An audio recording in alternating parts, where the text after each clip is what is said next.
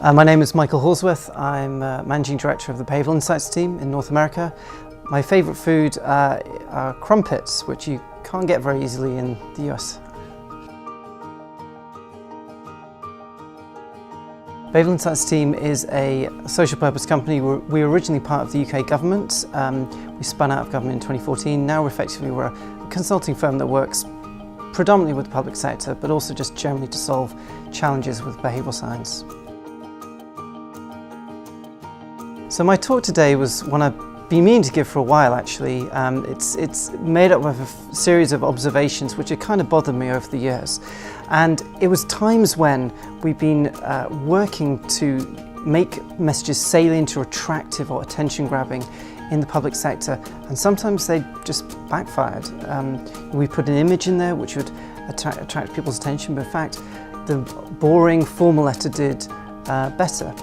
And what I did today was bring those together to talk about the formality effect, which is where the brand is more aligned with making a formal communication. And if it's too, I suppose, gimmicky, the communication can jar.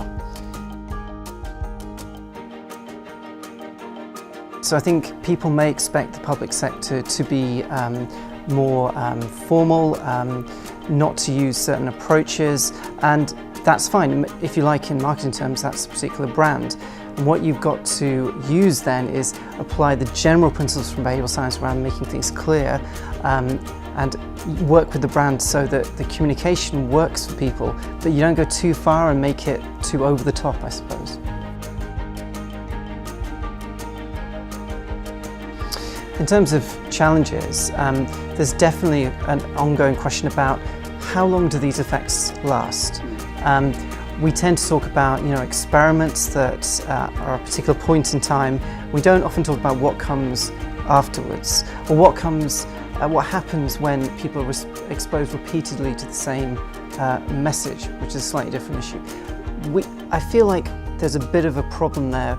We're not stitching things together and looking at the long-term impact of some of these nudges.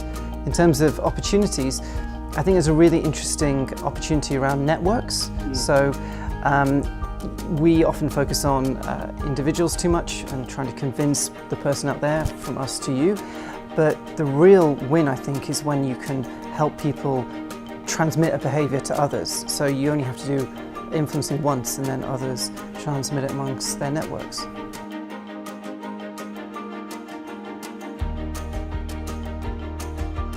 I mean, what I'd say is that there is a lot of stuff out there that is quite accessible now, and it's of pretty good quality.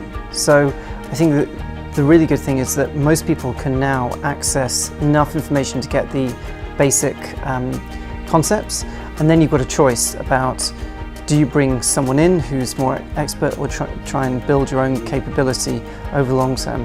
That seems to me a pretty fundamental choice for a lot of people who are interested in this area right now.